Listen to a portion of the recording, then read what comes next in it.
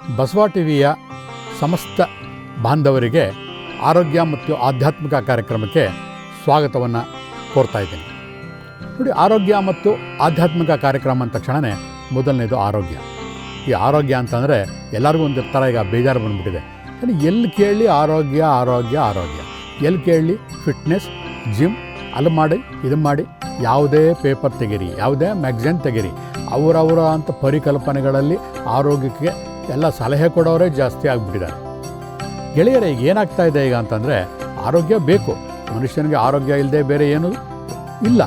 ಆದರೆ ಈ ಕೇಳಿ ಕೇಳಿ ಕೇಳಿ ಜನಗಳಿಗೆ ಏನಾಗ್ತಾ ಇದೆ ಈಗ ಅಂತಂದರೆ, ಮೊದಲಾಗಿದ್ದರೆ ಯಾರೋ ಒಬ್ಬರು ದೊಡ್ಡವರು ಇರ್ತಿದ್ರು, ಒಂದು ಸಲಹೆ ಕೊಡ್ತಾಯಿದ್ರು, ಅದನ್ನು ನಾವು ಫಾಲೋ ಮಾಡ್ತಾಯಿದ್ವು, ಆರೋಗ್ಯ ನಡೀತಾಯಿತ್ತು.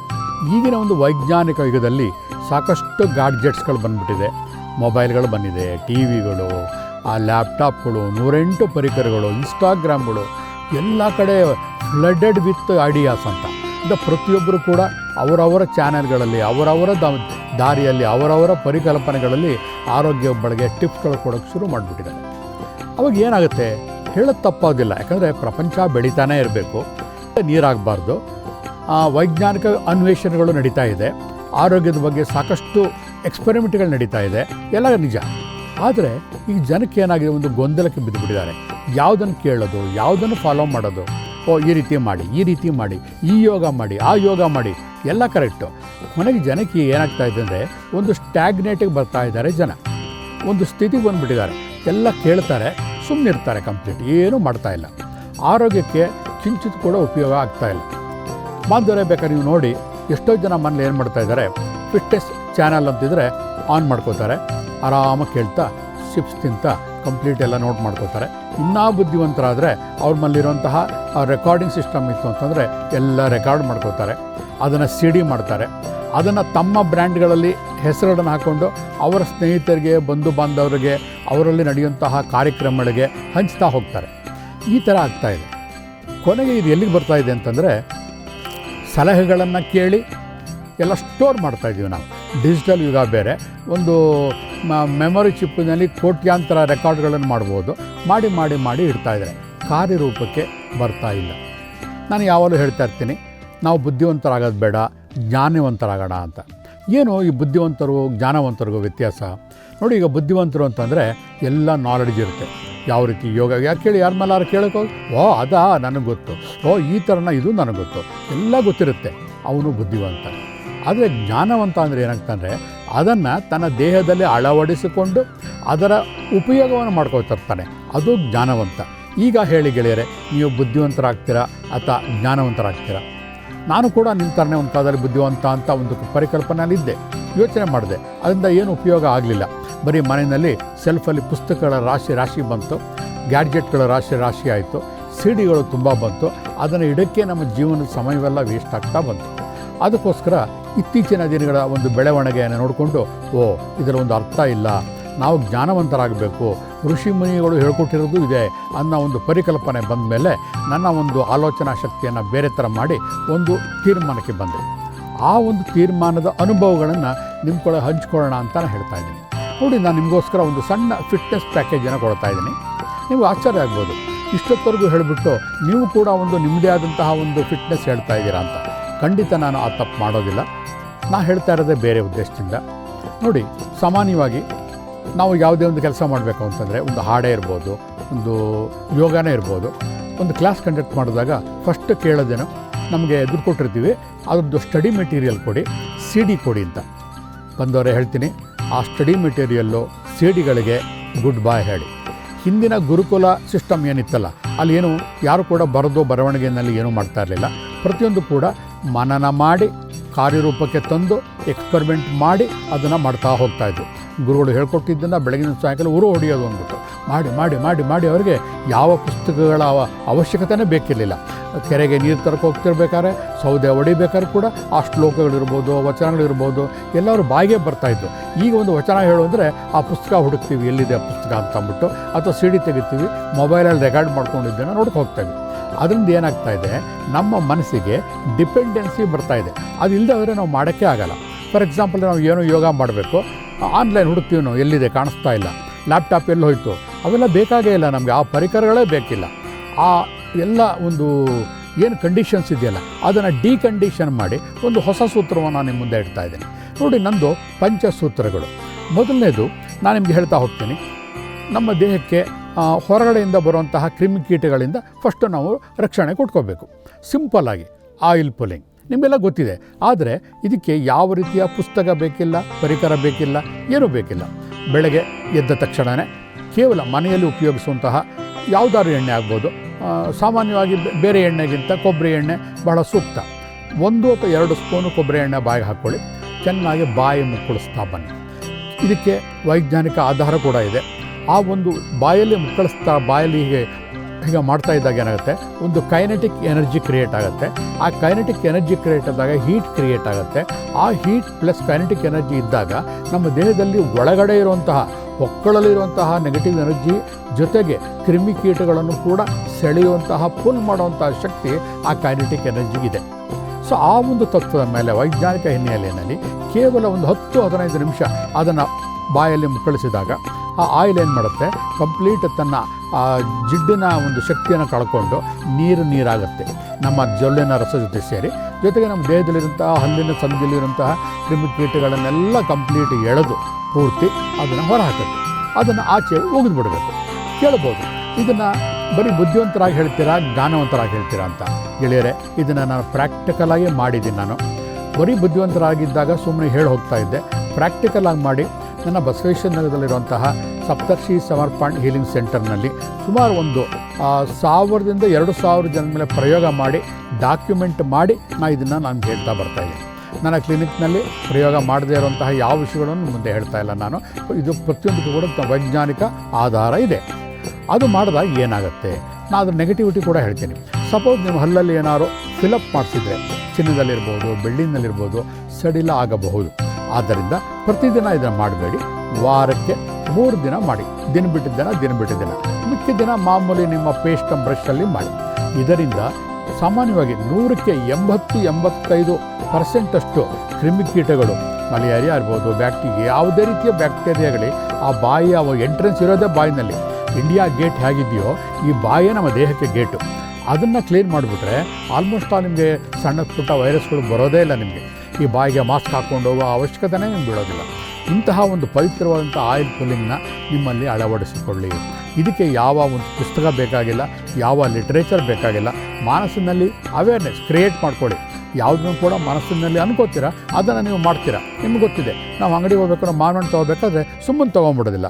ಮಾನಸಿಕವಾಗಿ ಅದನ್ನು ಅನುಭವಿಸಿ ತಿಂದು ಕರೆಕ್ಟ್ ಅಂದ್ಕೊಂಡು ಆಮೇಲೆ ಹಣ್ಣು ಕೈ ಹಾಕ್ತೀವಿ. ಹಾಗೆ ಆಯಿಲ್ ಪುಲ್ಲಿಂಗ್ ಕೂಡ ಒಂದು ಪವಿತ್ರವಾದಂತಹ ಪರಿಶುದ್ಧವಾದಂತಹ ಒಂದು ಕೆಲಸ. ಬೆಳಗ್ಗೆ ವಾರಕ್ಕೆ 3 ದಿನ ಮಾತ್ರ ಮಾಡಿ. ಫಿಟ್ನೆಸ್ ಸರ್ಟಿಫಿಕೇಟಲ್ಲಿ ಮೊದಲನೆಯ ಸರ್ಟಿಫಿಕೇಟ್ ನಿಮ್ಗೆ ಕೊಟ್ಬಿಡ್ತೀನಿ. ಆಯಿಲ್ ಪುಲ್ಲಿಂಗ್ ಇದಕ್ಕೆ ಯಾವ ಗಾಡ್ಜೆಟ್ ಬೇಕಾಗಿಲ್ಲ, ಏನು ಬೇಕಾಗಿಲ್ಲ. ವೈಜ್ಞಾನಿಕವಾಗಿ ಇದು ಸಾಬೀತಾಗಿದೆ. ಜೊತೆಗೆ ಅದರ ನೆಗೆಟಿವಿಟಿ ಮಾತ್ರ ಅದು ಕೂಡ ನಿಮ್ಗೆ ಹೇಳಿದ್ದೀನಿ. ಆ ಹಲ್ಲು ಬ್ಲ್ಯಾಕೇಜ್ ಕೆಲವರು ಫಿಲಪ್ ಮಾಡಿರ್ತಾರೆ, ಸಡಿಲ ಆಗಬಹುದು. ಸರಿಯಾಗಿ ಫಿಲಪ್ ಮಾಡದೆ ಹೋಗಿದ್ದರೆ, ಇಲ್ಲದೆ ಹೋದರೆ ಏನೂ ಆಗೋದಿಲ್ಲ. ಅದನ್ನು ಗಮನದಲ್ಲಿಟ್ಕೊಂಡು ಆಯಿಲ್ ಪುಲ್ಲಿಂಗ್ ಮಾಡಿದ್ರೆ ನಿಮಗೆ ಯಾವ ರೀತಿಯ ಓರಲ್ ಕೆಮಿಕಲ್ ಔಷಧಿಗಳು ಕೂಡ ಬೇಕಾಗಿಲ್ಲ. ನೆಕ್ಸ್ಟ್, ಎಲ್ಲರೂ ಹೇಳ್ತಾರೆ ವಾಕಿಂಗ್. ಎಲ್ಲರಿಗೂ ಗೊತ್ತಿದೆ. ಈಗ ಜಿಮ್ ಆಗಲಿ, ಹಿಂದಿನ ಕಾಲದಲ್ಲಿ ಯಾರು ಕೂಡ ಜಿಮ್ ಆಗಲಿ ಅಥವಾ ವಾಕಿಂಗ್ ಆಗಲಿ ಮಾಡ್ತಿರ್ಲಿಲ್ಲ. ಪಾಪ ರೈತರು ಎಲ್ಲಿ ಬೆಳಗ್ಗೆ ಎದ್ದು ಹೊಲಕ್ಕೆ ಹೋಗಿ ಕೆಲಸ ಮಾಡಿದರೆ ಸಾಕಾಗ್ತಾಯಿತ್ತು. ನಾವು ವೈಜ್ಞಾನಿಕವಾಗಿ ಇರುವಂತಹ ದೇಶದಲ್ಲಿ ಇದ್ಕೊಂಡ್ಬಿಟ್ಟು ಮಾತು ರೈತರು ಅಂತ ಹೇಳ್ಕೊಂಡ್ಬಿಟ್ಟು ಅವ್ರ ಹೆಸರಲ್ಲಿ ನಾವು ಜೀವನಗಳು ಮಾಡ್ತಾಯಿದ್ವಿ. ಬಹಳ ಮೋಸ ಮಾಡ್ತಾಯಿದ್ವಿ ನಾವು ರೈತರಿಗೆ. ಮಾತೆತ್ತರೆ ನಾವು ರೈತರು, ನಾವು ಎಲ್ಲಿ ನಮ್ಮ ನೊಗ ಹಿಡಿದಿಲ್ಲ ಅಥವಾ ಭೂಮಿ ಉತ್ತಿಲ್ಲ, ನಾವು ಎಂಥದ್ದು ಮಾಡಿಲ್ಲ. ಹೆಸರು ಮಾತ್ರ ರೈತರು ಅಂತ ಹೇಳ್ತೀವಿ. ಆರೋಗ್ಯದ ವಿಷಯ ಬಂದಾಗಂತೂ ಇದು ಸತ್ಯ, 100ಕ್ಕೆ 100 ಸತ್ಯ. ವಾಕಿಂಗ್, ಈಗ ನಾವು ನಗರ ಪ್ರದೇಶದಲ್ಲಿರ್ಬೋದು, ಹಳ್ಳಿ ಪ್ರದೇಶದಲ್ಲಿರ್ಬೋದು, ವಾಕಿಂಗ್ ಮಾಡಬೇಕಾದ್ರೆ ಏನು ಮಾಡಬೇಕು, ಇದನ್ನು ಸ್ವಲ್ಪ ನಿಧಾನಕ್ಕೆ ಆಲೋಚನೆ ಮಾಡಿ. ವಾಕಿಂಗ್ ಆಗಬೇಕು ಅಂತಂದರೆ ಬೆಳಗ್ಗೆ ಏಳಬೇಕು, ಹತ್ತಿರಲ್ಲಿರುವಂತಹ ಪಾರ್ಕಿಗೆ ಹೋಗಬೇಕು. ನಮ್ಮ ಕಲ್ಪನೆ ಒಳ್ಳೆ ಟ್ರ್ಯಾಕ್ ಸೂಟ್ ಹಾಕೋಬೇಕು, ತಲೆಗೆ ಗ್ರೂಮ್ ಮಾಡಬೇಕು. ಹೆಂಗಸರಾದರೆ ನೀಟಾಗಿ ಡ್ರೆಸ್ ಮಾಡ್ಕೋಬೇಕಾದ್ರೆ ಅಥವಾ ಕೋಲ್ಡ್ ಆದರೆ ಕಿವಿಗೆ ಹತ್ತಿ ಹಾಕೋಬೇಕು, ಒಳ್ಳೆ ಚಪ್ಪಲಿ ಹಾಕೋಬೇಕು. ಬರೀ ಚಪ್ಪಲಿ ಹಾಕೊಂಡು ವಾಕಿಂಗ್ ಮಾಡ್ತಾಯಿದ್ರೆ ನಮ್ಮ ಅಕ್ಕಪಕ್ಕ ನೋಡಿ ನಗ್ತಾರಲ್ಲ ಅಂದ್ಬಿಟ್ಟು ಆ ಟ್ರ್ಯಾಕ್ ಶೂಗಳು ಹಾಕೋಬೇಕು. ಎಷ್ಟು ಕಷ್ಟ ಗೆಳೆಯರೇ ಇವೆಲ್ಲ. ಇದು ಏನು, ಬೆಳಗ್ಗೆ ನಿಮಗೆ 5:30ಯಿಂದ 6:30ವರೆಗೆ ವಾಕಿಂಗ್ ಮಾಡ್ತೀರಾ, ನೀವು ಸೇಫ್. ಅಪ್ಪಿತಪ್ಪಿ 8 ಗಂಟೆಗೆ ಏನಾದ್ರು ವಾಕಿಂಗ್ ಮಾಡೋಕ್ಕೆ ಹೋಯ್ತು ಅಂದರೆ ಅಕ್ಕಪಕ್ಕ ಕಣ್ಣಿಗೆ ಬೀಳುತ್ತೆ. ಇವನು ಲೇಟಾಗಿ ಹೇಳ್ತಾನೆ, 8 ಗಂಟೆಗೆ ಯಾಕೆ ಹೋದ, 108 ಆ ಕಣ್ಣಲ್ಲೇ ಮಾತಾಡ್ತಾರೆ ಜನಗಳು. ಅದು ಒಂದು. ಇನ್ನು ಮಧ್ಯಾಹ್ನ ವಾಕಿಂಗ್ ಮಾಡೋಕ್ಕಾಗತ್ತಾ?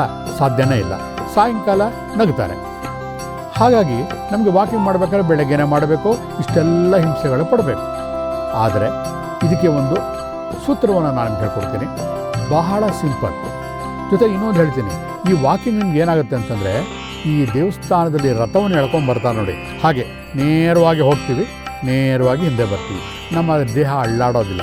ಗೆಳೆಯರೇ ಬೇಕಾದ್ರೆ ನೋಡಿ, ನಿಮ್ಮ ಸುತ್ತಮುತ್ತ ನಾವು ಸುಳ್ಳು ಹೇಳ್ತಾ ಇಲ್ಲ, ಎಷ್ಟೋ ಜನ ನೀವು ನೋಡ್ತಾ ಇದ್ದಾರಲ್ಲ, ಎಷ್ಟೋ ವರ್ಷಗಳಿಂದ ನೀವು ನೋಡಿದ್ದನ್ನು ಹಾಗೇ ಇರ್ತಾರೆ, ಸಣ್ಣಗಾಗಿದ್ದನ್ನು ಯಾರನ್ನೂ ನೋಡಿಲ್ಲ. ಅವ್ರ ಚಪ್ಪಲಿಗಳು ಸಮೇತ ಅಷ್ಟೇ ವಿನಃ ಅವ್ರ ಫ್ರೆಂಡ್ಗಳು ಜಾಸ್ತಿ ಆಗ್ತಾರೆ, ಮೀಟಿಂಗ್ಗಳು ಮಾಡ್ತಾರೆ. ಆಮೇಲೆ ಅಲ್ಲಿ ಅದರಲ್ಲೊಂದು ಗುಂಪು ಕ್ರಿಯೇಟ್ ಮಾಡ್ಕೊಂಡ್ಬಿಟ್ಟು ಕಾಫಿ ಕುಡಿಯೋದು, ತಿಂಡಿ ತಿನ್ನೋದು, ವಾಕಿಂಗ್ ಆದಮೇಲೆ ಅದಕ್ಕೆ ಒಂದು ಆಸ್ಪದ ಆಗ್ತಾ ಇದ್ದೇವೆ. ರಿಯಲ್ ವಾಕಿಂಗ್ ನಮ್ಮ ದೇಹಕ್ಕೆ ಏನು ಬೇಕಾಗ್ತಾ ಇದೆ, ಮನಸ್ಸಿಗೆ ಮತ್ತು ದೇಹಕ್ಕೆ ಖಂಡಿತ ಸಿಗ್ತಾ ಇಲ್ಲ. 100ಕ್ಕೆ 1% ಸಿಗ್ತಾ ಇದೆಯೋ ಕೆಲವರಿಗೆ ಅಷ್ಟೇ. ಹಾಗಾದ್ರೆ ಏನು ಮಾಡಬೇಕು? ಇದು ಅದರ ನೆಗೆಟಿವಿಟಿ ಆಯಿತು ನೋಡಿ. 8 ವಾಕ್ ಅಂತ ನೀವು ಕೇಳಿದ್ದೀರ.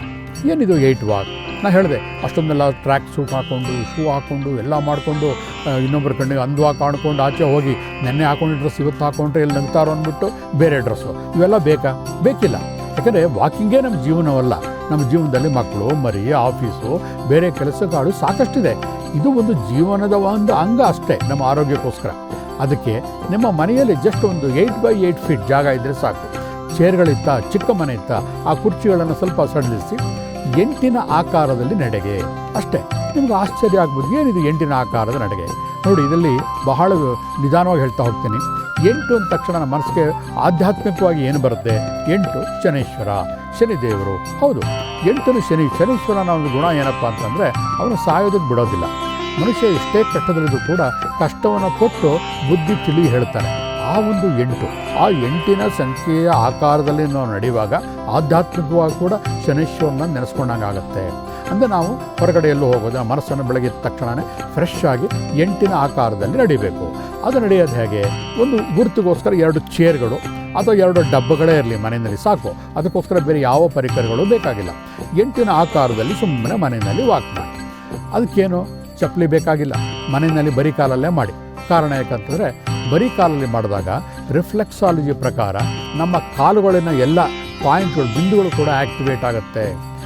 20 ನಿಮಿಷಗಳ ಕಾಲ ಈ ಒಂದು ನಡಿಗೆಯನ್ನು ಮಾಡಿದ್ರೆ ಮನೆಯಲ್ಲಿ ಆ ಕಾಲ ಬಿಂದುಗಳು ಆ್ಯಕ್ಟಿವೇಟ್ ಆಗಿಬಿಟ್ಟು ನಿಮ್ಮ ದೇಹದ ತಲೆಯಿಂದ ಕಾಲಿನವರೆಗೆ ಎಲ್ಲ ಸ್ನಾಯುಗಳು ಕೂಡ ಕಂಪ್ಲೀಟ್ ರಿಫ್ಲೆಕ್ಸಾಲಜಿ ಪ್ರಕಾರ ಎಲ್ಲ ಮಿಡಿಯಕ್ಕೆ ಶುರುವಾಗುತ್ತೆ. ಅದೇ ನೀವು ವಾಕಿಂಗ್ ಮಾಡಿದಾಗ ಚಪ್ಪಲಿ ಹಾಕೊಂಡು ಹೋಗಿರ್ತೀರ, ಅದು ವರ್ಕ್ ಮಾಡೋದಿಲ್ಲ. ಒಂದಾಯ್ತಾ? 2ನೇದು ಕಣ್ಣುಗಳು. ನಾವು ರೋಡಲ್ಲಿ ವಾಕ್ ಮಾಡುವಾಗ ಕಣ್ಣು ಮುಂದುಗಡೆ ಮಾತ್ರ ಹೋಗ್ತಿರುತ್ತೆ ಅಥವಾ ಅಕ್ಕಪಕ್ಕದವ್ರು ಮಾತ್ರ ನೋಡ್ತಾ ಇರ್ತೀವಿ.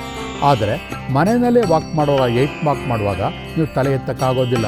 ತಲೆ ಎತ್ತಿದ್ರೆ 8ನ ಟ್ರ್ಯಾಕ್ ತಪ್ಪೋಗ್ಬಿಡುತ್ತೆ ನಮಗೆ. ಅದಕ್ಕೆ ಗಮನ ಕೊಟ್ಟಾಗ ಏನಾಗುತ್ತೆ, ನಾವು ಕಂಪ್ಲೀಟ್ ಅದರ ಕಡೆನೇ, ನೆಲ ಕಡೆನೇ ನೋಡ್ಕೊಂಡು ಹೋಗ್ತಾ ಇರ್ತೀವಿ. ಕಣ್ಣುಗಳಿಗೆ ಎಕ್ಸಸೈಸ್ ಆಗುತ್ತೆ. ವಾಕಿಂಗ್ ಮಾಡುವಾಗ ಕಣ್ಣುಗಳ ಎಕ್ಸಸೈಸ್ ಆಗೋದಿಲ್ಲ. ಇಲ್ಲಿ ಗಮನವನ್ನು ನಾವು ಹೀಗೆ ನೋಡ್ತಾ 8ನ ಆಕಾರದಲ್ಲಿ ನೋಡ್ತಿರುವಾಗ ಕಣ್ಣುಗಳಿಗೆ ಎಕ್ಸಸೈಸ್ ಆಗುತ್ತೆ. ನಾನು ಇದನ್ನು 5,000 ಜನಗಳ ಮೇಲೆ ನನ್ನ ಕ್ಲಿನಿಕ್ಕಲ್ಲಿ ಸಪ್ತರ್ಷಿ ಸಮರ್ಪಣೆ ಹೀಲಿಂಗ್ ಕ್ಲಿನಲ್ಲಿ ಮಾಡಿದ್ದೀನಿ, ರೆಕಾರ್ಡ್ ಮಾಡಿ ಡಾಕ್ಯುಮೆಂಟ್ ಮಾಡಿದ್ದೀನಿ. ಅದರಲ್ಲಿ ಅವರ ಕಣ್ಣಿನ ಪವರ್ಗಳು ಕೂಡ ಕಡಿಮೆ ಆಗಿದೆ, ನಂದು ಕೂಡ ಜಾಸ್ತಿ ಆಗಿದ್ದು ಕೂಡ ಕಡಿಮೆ ಆಗಿ ಒಂದು ನಾರ್ಮಲ್ ಹಂತಕ್ಕೆ ಬರ್ತಾ ಇದೆ. ಒಂದು ಕಾಲಿನ ರಿಫ್ಲೆಕ್ಸಾಲಜಿ ಪಾಯಿಂಟ್ ಆಯಿತು, ಕಣ್ಣುಗಳಾಯಿತು. ಜೊತೆಗೆ ಸೊಂಟ. ನೀವು ವಾಕಿಂಗ್ ಮಾಡುವಾಗ ಹಿಪ್ಸಿಂದ ಕೆಳಭಾಗ ಕಾಲುಗಳು ಮೂವ್ ಆಗ್ತಾ ಇರುತ್ತೆ, ಮೇಲ್ದೇಹ ಹಾಗೆ ರಥದ ತೇರ್ ಥರ ಹೋಗ್ತಾ ಇರುತ್ತೆ. ಆದರೆ 8ನ ಆಕಾರದಲ್ಲಿ ವಾಕ್ ಮಾಡುವಾಗ ಆ ಕರ್ವ್ ಟರ್ನ್ ಮಾಡೋ ಟೈಮಲ್ಲಿ ನಾವು ಸೊಂಟವನ್ನು ತಿರುಗಿಸಲೇಬೇಕು ಬೈ ಫೋರ್ಸ್. ಹಾಗಾಗಿ ಸೊಂಟದಲ್ಲಿರುವಂತಹ ನಮ್ಮ ಬಲಗಡೆಯಂತಹ ಲಿವರ್, ಎಡಗಡೆ ಇರುವಂತಹ ಪ್ಯಾಂಕ್ರಿಯಾಸ್ ಎರಡೂ ಕೂಡ ಪುಷಪ್ ಆಗುತ್ತೆ ಗೆಳೆಯರೆ. ಇವತ್ತಿನ ಪ್ರಪಂಚದಲ್ಲಿ ಎಲ್ಲರೂ ಅನುಭವಿಸ್ತಾ ಇರೋದು ಫ್ಯಾಟಿ ಲಿವರು. ಕುಡಿದೇ ಇರಲಿ ಫ್ಯಾಟಿ ಲಿವರ್ ಬರ್ತಾ ಇರುತ್ತೆ, ಪ್ಯಾಂಕ್ರಿಯಾಸ್ ಶುಗರ್ ಬರ್ತಾ ಇರುತ್ತೆ. ಆ ಮೇನ್ ನಾವು ಎಕ್ಸಸೈಸೇ ಮಾಡ್ತಾ ಇಲ್ಲ. ಅದಕ್ಕೆ ನಿಮ್ಮ ವಾಕಿಂದ ಖಂಡಿತ ಇನ್ನು 50 ವರ್ಷ ಆದರೂ ಕೂಡ ಅದು ವರ್ಕ್ ಆಗೋದೇ ಇಲ್ಲ.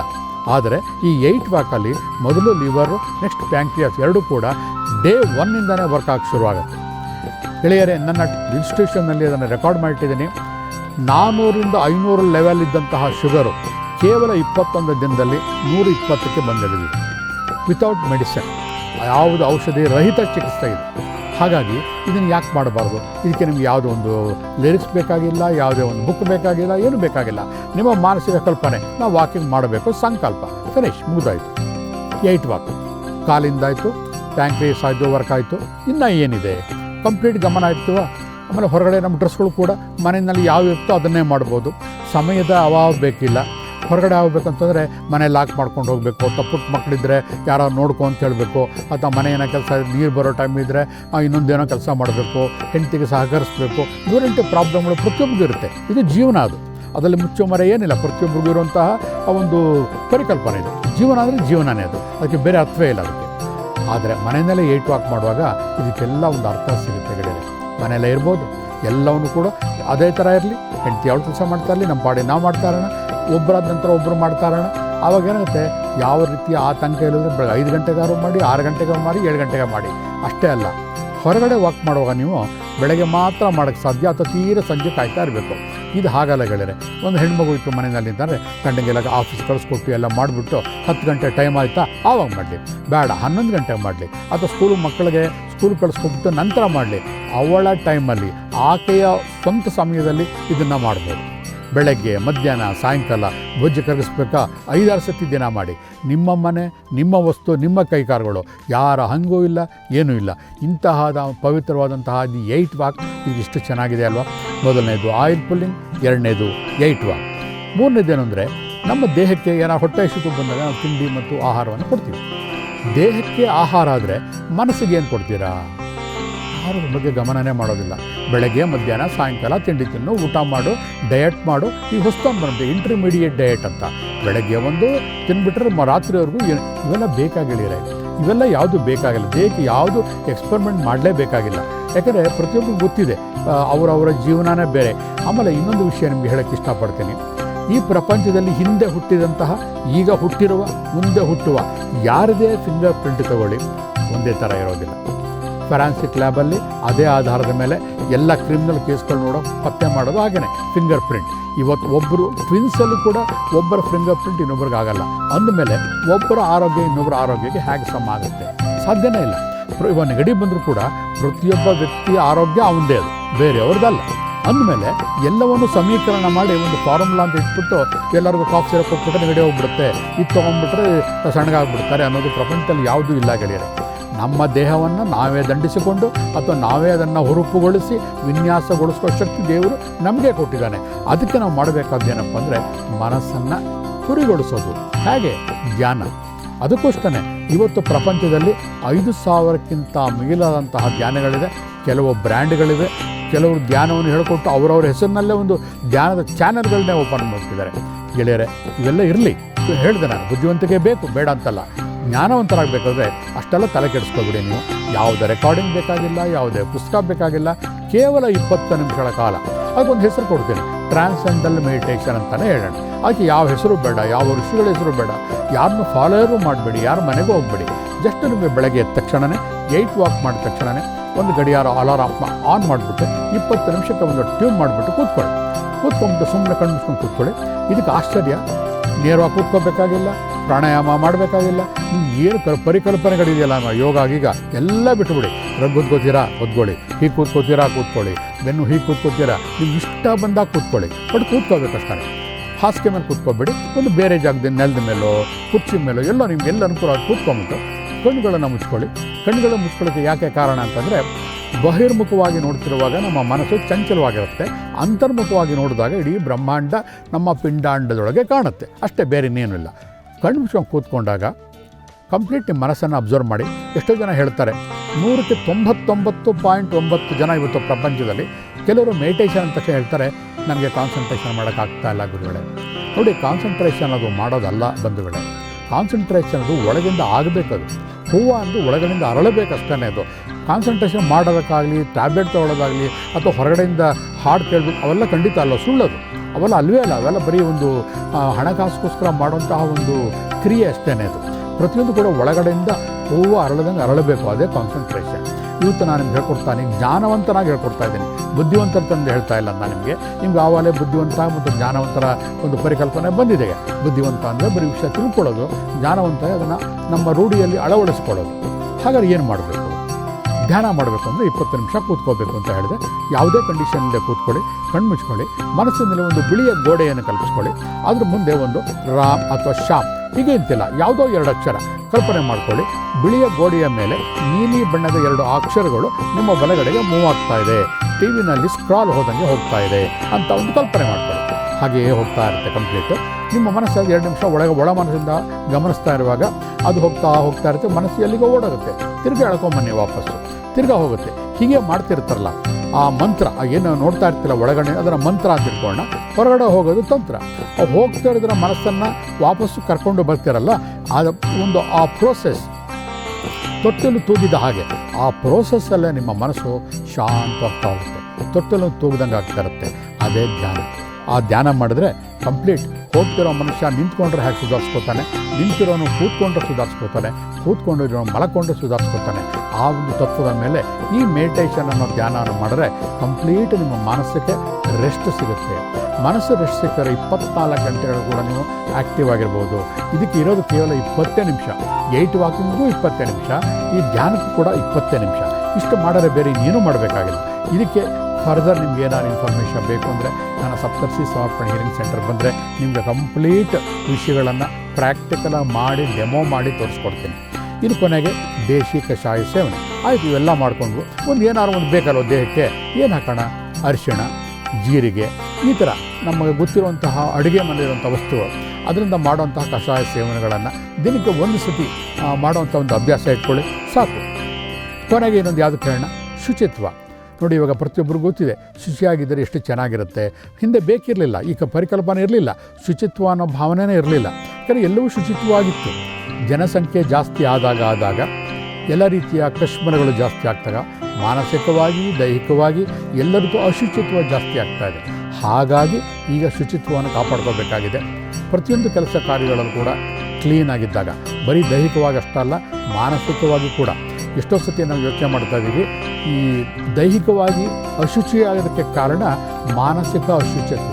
ಮನಸ್ಸಿನಲ್ಲಿ ಯಾವಾಗಲೂ ಕೆಟ್ಟದನ್ನೇ ಆಲೋಚನೆ ಮಾಡ್ತಾ ಇರೋದು, ಇನ್ನೊಬ್ಬರ ಬಗ್ಗೆನೇ ಅವನ ತಲೆ ಹಾಗೆ ಹೊಡಿಲಿ, ಅವನ ದುಡ್ಡು ಹಾಗೆ ಹೊಡಿಲಿ, ಈ ಥರ ಅಶುಚಿತ್ವ. ಅದರಿಂದನೇ ಈ ದೈಹಿಕ ಅಶುಚಿತ್ವ ಬರ್ತಾ ಇರೋದು. ಮಾನಸಿಕ ಶುಚಿಯಾಗಿದ್ದರೆ ನಾವು ದೈಹಿಕವಾಗಿ ಶುಚಿಯಾಗೇ ಇರ್ತೀವಿ. ನಾವು ಪಳೆ ನೋಡಬೇಕು ಅಂತ ಅನಿಸೋದೇ ಇಲ್ಲ ನಮಗೆ. ಕೆಲವು ತುಂಬ ನಾವು ಹೋಟ್ಲು ಹೋಗಿ ತುಂಬ ಗಲೀಜಾಗಿದ್ದರೆ ನಾವು ಊಟಕ್ಕೆ ಹೋಗೋದಿಲ್ಲ. ನಮ್ಮ ಮನಸ್ಸು ಬಗ್ಗಡವಾಗಿದ್ದರೆ ಅಲ್ಲಿ ಎಲ್ಲಿದ್ದರೂ ಕೂಡ ಹಾಗೆ ತಿಂತಾ ಇರ್ತೀವಿ. ಈಗ ಫಾರ್ ಎಕ್ಸಾಂಪಲ್ ಬಾಂಬೆಗೆ ಹೋದಾಗ ಅಲ್ಲಿ ರೋಡ್ ಸ್ಟ್ರೀಟಲ್ಲಿ ನಮ್ಮ ತಲೆ ಅಷ್ಟು ಬಗ್ಗಡ ಹೋಗಿರುತ್ತೆ. ಆ ಜಂಜಾಟದಲ್ಲಿ ನಾವು ಏನು ತಿಂತಿರ್ತೀವೋ ನಮಗೇ ಗೊತ್ತಿರೋದಿಲ್ಲ. ಆದ್ದರಿಂದ ಗೆಳೆಯರೆ, ಆ ಶುಚಿತ್ವಕ್ಕೆ ನಾವು ಗಮನ ಕೊಡಬೇಕು. ಬರೀ ಬಟ್ಟೆ ಕ್ಲೀನಾಗಿ ಹಾಕೊಂಡಿರೋದು ಅಷ್ಟೇ ಅಲ್ಲ, ಮಾನಸಿಕ ಶುಚಿತ್ವ ಹೇಳ್ತಿದ್ದು ಬಾಹ್ಯ ಅಲ್ಲ. ಸೊ ಆ ಶುಚಿತ್ವಕ್ಕೆ ಗಮನ ಕೊಟ್ಟಾಗ ಏನಾಗುತ್ತೆ, ಕಂಪ್ಲೀಟು ಮಾನಸಿಕವಾಗೂ ಶುಚಿಯಾಗಿರ್ತೀವಿ. ನಮಗೆ ತಲೆಯಲ್ಲಿ ಆ ಥರ ಮಾನಸಿಕ ಪ್ರಕ್ಷುಬ್ಧತೆಗಳೆಲ್ಲ ಹೊರಟೋಗ್ಬಿಡುತ್ತೆ ಕಂಪ್ಲೀಟು. ಶುದ್ಧವಾಗಿ ಇದಕ್ಕಿಂತ ಆರೋಗ್ಯ ನಿಮ್ಗೆ ಇನ್ನೇನು ಬೇಕು ಹೇಳಿ. ಮಾನಸಿಕವಾಗಿ ಶುದ್ಧಿಯಾಗಿರ್ತೀರ, ದೈಹಿಕವಾಗಿ ಆ ಕಷಾಯ ಸೇವನೆ ಮಾಡೋದ್ರಿಂದ ನರನಾರಿಗಳಿಗೆ ಶಕ್ತಿ ಬರುತ್ತೆ. ಈಗ ಏನೇ ಆದರೂ ಕೂಡ ನಮ್ಮ ಮನಸ್ಸಿನಲ್ಲಿ ಒಂದು ರಿಟೈನಿಂಗ್ ಕೆಪಾಸಿಟಿ ಅಂತ ಬೇಕು ಮನುಷ್ಯನಿಗೆ. ಇವತ್ತು ಏನಾಗಿದೆ, ಒಬ್ಬರಿಗೆ ನಾವೊಂದು ಸೇರು ಅನ್ನ ಹಾಕೋರು ತಿಂತೀವಿ ಅಂತಂದರೆ ನಾವು ಫ್ರೀಯಾಗಿ ಕೊಟ್ಟರು ಕೂಡ ಹಿಂದೆ ಅರಗಿಸ್ಕೊಳ್ಳೋ ಶಕ್ತಿ ಜನಕ್ಕಿಲ್ಲ. ಹಿಂದೆ ಜನ ಏನು ಕೊಟ್ಟರು ಕೂಡ ಅರಗಿಸ್ಕೋತಾ ಇದ್ರು. ಇಷ್ಟೆಲ್ಲ ಪರಿಕಲ್ಪನೆ ಇರುವಂತಹ ಯಾವುದೇ ದುಡ್ಡು ಕಾಸು ಖರ್ಚು ಮಾಡದೆ ಮಾಡುವಂಥ ಆರೋಗ್ಯ ಇಷ್ಟು ಸುಲಭವಾಗಿ ಮಾಡ್ಬೋದು. ಆದ್ದರಿಂದ ನಾ ಬಸವ ಟಿವಿಯ ಸಮಸ್ತ ವೀಕ್ಷಕರಿಗೆ ಕೇಳ್ಕೊತೀನಿ, ಈಗಿನ ಗ್ಯಾಡ್ಜೆಟ್ ಯುಗದಿಂದ ಈ ಸ್ವಯಂ ನಾವೇ ಮಾಡ್ಕೊಳ್ಳುವಂತಹ ಈ ಒಂದು ಪಂಚಸೂತ್ರಗಳಿಗೆ ನೀವು ಅಳವಡಿಸ್ಕೊಂಡ್ರೆ ಖಂಡಿತ ನಿಮ್ಮ ಆರೋಗ್ಯ ಚೆನ್ನಾಗಿರುತ್ತೆ. ನಿಮ್ಮ ಆರೋಗ್ಯ ಚೆನ್ನಾಗಿರೋದ್ರ ಜೊತೆಗೆ ಮಕ್ಕಳು ಕೂಡ ಚೆನ್ನಾಗಿರ್ತಾರೆ, ದೇಶ ಕೂಡ ಸುಭಿಕ್ಷವಾಗಿರುತ್ತೆ ಅಂತ ಹೇಳಿ ಮುಂದಿನ ನನ್ನ ಎಪಿಸೋಡ್ಗಳಲ್ಲಿ ಬೇರೆ ಬೇರೆ ಇಂಟ್ರೆಸ್ಟಿಂಗ್ ವಿಷಯಗಳನ್ನು ನಾನು ನಿಮಗೆ ತಿಳಿಸ್ಕೊಳ್ಳೋಕ್ಕೆ ಇಷ್ಟಪಡ್ತೇನೆ. ಧನ್ಯವಾದಗಳು.